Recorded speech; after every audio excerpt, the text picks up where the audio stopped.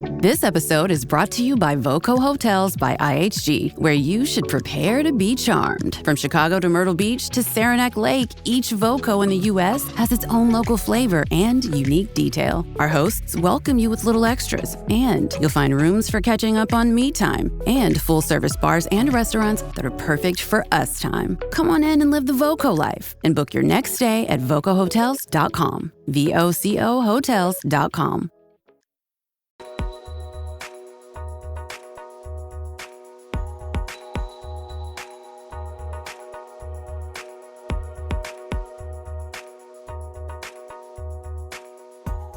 Welcome to episode 99 of the High Volume Hiring Podcast. I am Stephen Rothberg, the founder of College Recruiter job search site. We believe that every student and recent graduate deserves a great career and that it should be easy and inexpensive for employers to hire them.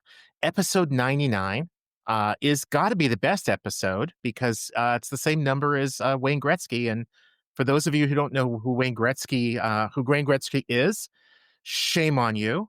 Turn off the broadcast. You're not welcome. And on that note, my co-host Jeanette, you're on the road. You're joining us. Thank you for going to where the puck is going to go, not where it's been. For all those hockey fans out there. Hi, everyone. Jeanette Leeds, COO of College Recruiter. I was almost going to say campus recruiting. My God, I pretended I was back at Lehman Brothers or Credit Suisse.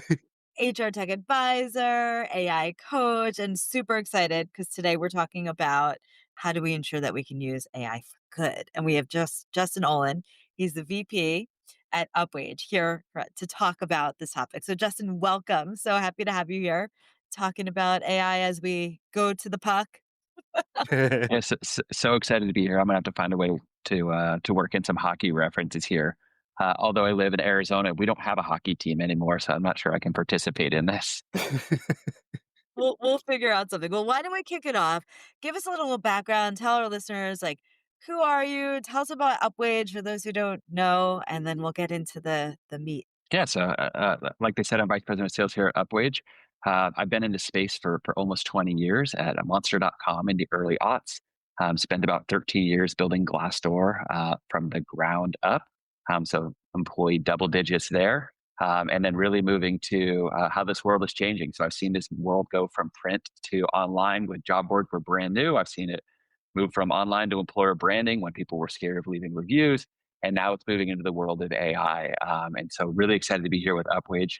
Like we said, we're focusing on AI for good, which is, there's so much doom and gloom in this space. So how do we give some good news to people and really focus on how we use AI to impact positively the disruptive nature of AI, which is kind of a circular argument, but that is wholly what we're focused on is how we use this and we use it well. And so for the listeners who don't know what Upwage is, give us the elevator pitch because I think it'll provide some really good context to the conversation. Yeah, so Upwage allows companies to screen all of their candidates that are coming through and to really be an assessment and not just some static assessment, but assessment that's really based on competencies. So much of what we see today is, looking at resumes and having to make decisions in 8 or 10 seconds, and heaven forbid somebody formats a resume or leaves off a keyword. We really give a chance for all candidates to have a chance to tell their story, and for companies to have genuine curiosity and as much time as they need to listen to candidates, and so they can find the best quality hires and candidates that are going to fit and really be forward looking of who's going to be the best person we can hire. I have so many questions in that area, but I'm like, no, I'm going to stick a bit to the topic, but weave it back in. So main topic, and you had said this beginning, like using AI for good. Like there's so much angst, right? Stephen and I were talking earlier, sometimes entry level roles, it's getting a little tougher. Like again, some doom and gloom, but like there's also such positivity here. Like there's so much that could be done. So maybe just talk to a little bit about how can we ensure being used for good, or maybe give some examples from, what you're seeing and doing. Yeah, so the great news is we get to build this. AI doesn't have a conscience. It's not making decisions. It's a mirror on what we tell it to do. And so if we choose to use AI for good, then we're going to use AI for good. And so we actually wrote a book about AI for good simply because everything that we heard again was doom and gloom and people saying, oh, automate and replace. And it's like, no, we should be using AI to unlock potential and to take some of this like unburdening off of people so that we can really focus on the things that we do best, which is those human to human interactions. And for candidates, it's a great chance to use AI for good for them too. We hear all the time that recruiters say, "Oh, I can look at a resume and I know in 8 or 10 seconds," and none of us would want to be judged in 8 or 10 seconds. And it's not an indictment on the recruiter. We've just gotten to the point where it's impossible to care at scale. And so using AI as a way to care at scale is wonderful, allowing people to actually tell their story. The tools, I've been in this space for 20 years, tools that we've built, ATSs are built to rank and reject and sort, but they're not built to discover. And there's no curiosity in that process. So adding that back in gives candidates a chance to have a voice and removes just this perennial black hole that they feel like they operate in.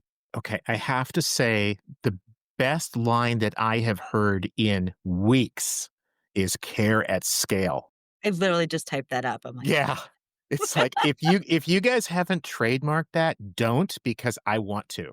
Uh, it's so like, yeah, we did. before you said that and described that, Justin, I was kind of envisioning what I've heard a number of times from a number of vendors, that we use AI to rank, to score candidates so that recruiters can spend more time on the candidates who are the most highly qualified. We're kind of more inclusive. We can ferret out details that, like you said, a recruiter isn't going to see in 8 seconds. What is Upwage doing that's different? What is sort of helping you help the recruiter be more caring? And so it's a great question. So one of the things that we do different is really competency mapping of what is it that you're looking for? What makes somebody ramp quickly? What makes somebody a great employee? Separating good from bad is fairly easy to do. Separating good from great is hard. And understanding what's that last 10%, what's that last 20%. And so we really talk to recruiters about, hey, what are you looking for? What are the hiring managers telling you need? What are we trying to solve for? What do your best employees look like? And then building that into the assessments and then building that into those competencies. And because these aren't static competencies and static assessments like we've seen in the past in this space, it can evolve in real time. So as companies are evolving and jobs are changing, it's allowing them to do that. The other thing we're seeing a lot of is there are jobs that are being created today. There's nobody that has 3 years experience in these jobs. And so how do we map skills to these jobs? And so we work with companies in terms of what is somebody who's going to continue in a role or who's going to grow? What does it look like? Do you need learners? Do you need people that have curiosity? Do you need out of the box thinkers? And so really giving them a chance to sit back and take a second to digest what they're looking for. And then have a system that's really hyper focused on only doing that. And again, 24 hours a day with endless curiosity to be able to discover that. What does it really take to lead with impact in today's ever evolving world? Welcome to Inside the C Suite, the podcast where influence, energy, innovation, and empathy converge. Hi, I'm Christy Honeycutt, your host. Join me as I sit down with the boldest voices in leadership, visionaries who are not just making decisions, but making a difference. In every episode, we explore the heart of leadership. How do high-performing leaders harness their energy? How do they lead with empathy without losing their edge? How do they turn disruption into innovation and pressure into purpose? You'll hear unfiltered stories of adversity, resilience, and the raw moments that shaped true influence. This isn't about perfection. It's about presence, passion, and the energetic exchange that fuels transformation. Inside the C-Suite is your invitation to lead from a deeper place with intention, connection, and courage. If you're ready to go beyond the surface and unlock what really moves leaders to action, hit subscribe and step inside. You can find us wherever you get your podcast fix. Inside the C-Suite, well, we're an energetic exchange. Let's lead with influence, live with energy, and create with empathy. This is really interesting. Caring at scale reminds me a bit of like, you know, preschool teachers like telling kids like, "Oh, sharing is caring," and this is like, how do you then do this at scale? Which just that's where my mind went. So let's take this like a step further and go more into the scale. Do you have any stories that you could share with our listeners just to bring it to life a little bit more? Yeah, so there's two impacts. The one I can touch on really quickly is candidate impact. Our NPS score from over 70,000 candidates that have left feedback is over a 9. They absolutely love it.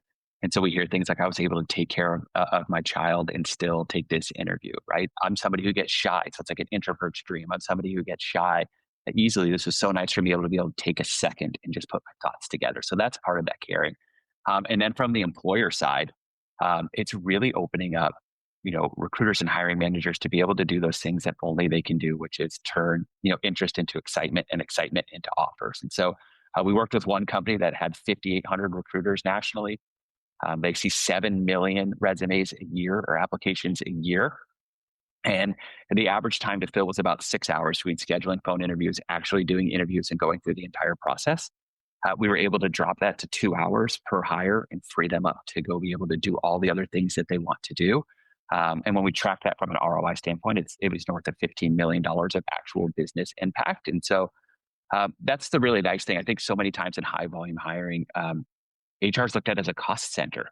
It's go do more with less, go do more with less. And to be able to turn around to the business and say, hey, it turns out like we actually had a big impact on the business, like we've made a change, we're hiring better people, we're lowering turnover, is actually really empowering for recruiters as well. I wanted to ask you about where you see assessments fitting in to the process. I've seen some organizations put every single applicant through an assessment process. I've even seen some organizations that essentially say you can't apply until you've been assessed and that your assessment is above some kind of score. I think traditionally assessments have come towards the end, right? We had 200 people apply. Here are the 20 finalists. We're going to have them go through an assessment.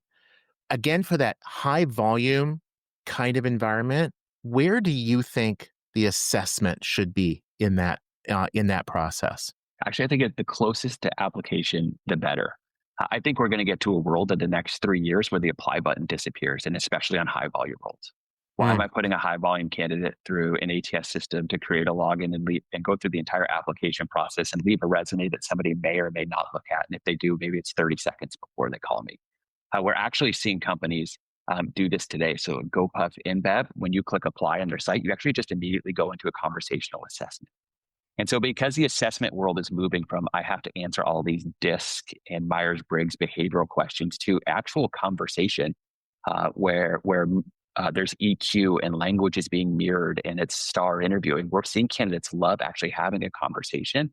And so I actually think the assessment's going to move closer and closer because resumes are going to start telling us less and less. And especially as we move into this new world where jobs are being lost and new jobs are being created, because a resume is just, again, it's rear facing and it's going to tell less and less. And so I think we're going to see these assessments and these conversations moving closer and closer to the top of the funnel. I think we have time for one Oh, more yeah. question. One more. You're on deck.